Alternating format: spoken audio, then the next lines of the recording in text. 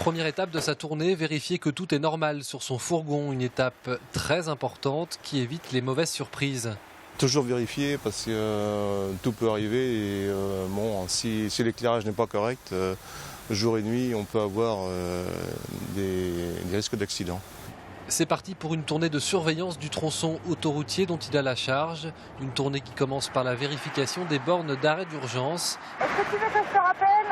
Oui, je veux bien. Avec un œil en permanence sur la route. Les véhicules dangereux, Jean-Noël commence à les connaître. En fait, souvent, on voit un véhicule roulant à grande vitesse et avec des comportements, je dirais, changement de trajectoire rapide. Vous voyez ça des fois?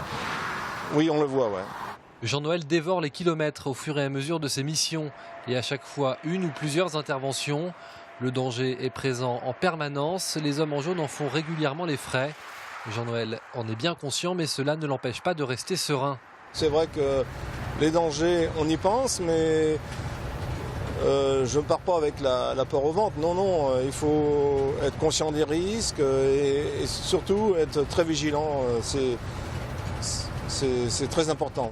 Un peu plus loin, on signale un autostoppeur le long des voies, la hantise des professionnels autoroutiers. Notre homme en jaune va à sa rencontre.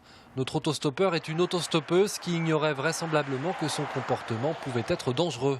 C'est une Allemande et elle n'était pas forcément au courant des règles ici en présence. Donc je vais l'inviter à soit aller sur l'air, puis de trouver quelqu'un, mais elle ne peut pas rester où elle est actuellement. Si je reste derrière la barrière, j'ai pensé que c'est OK. Ce genre de phénomène est fréquent, surtout en période estivale. Cette touriste allemande devra trouver une âme généreuse, mais un peu plus loin sur une aire.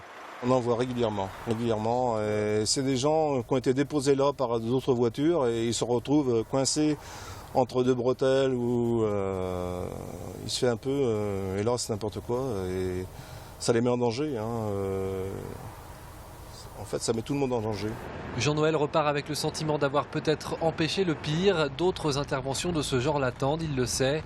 Surtout que l'été n'est pas fini en ce tout début de mois d'août. Il y aura donc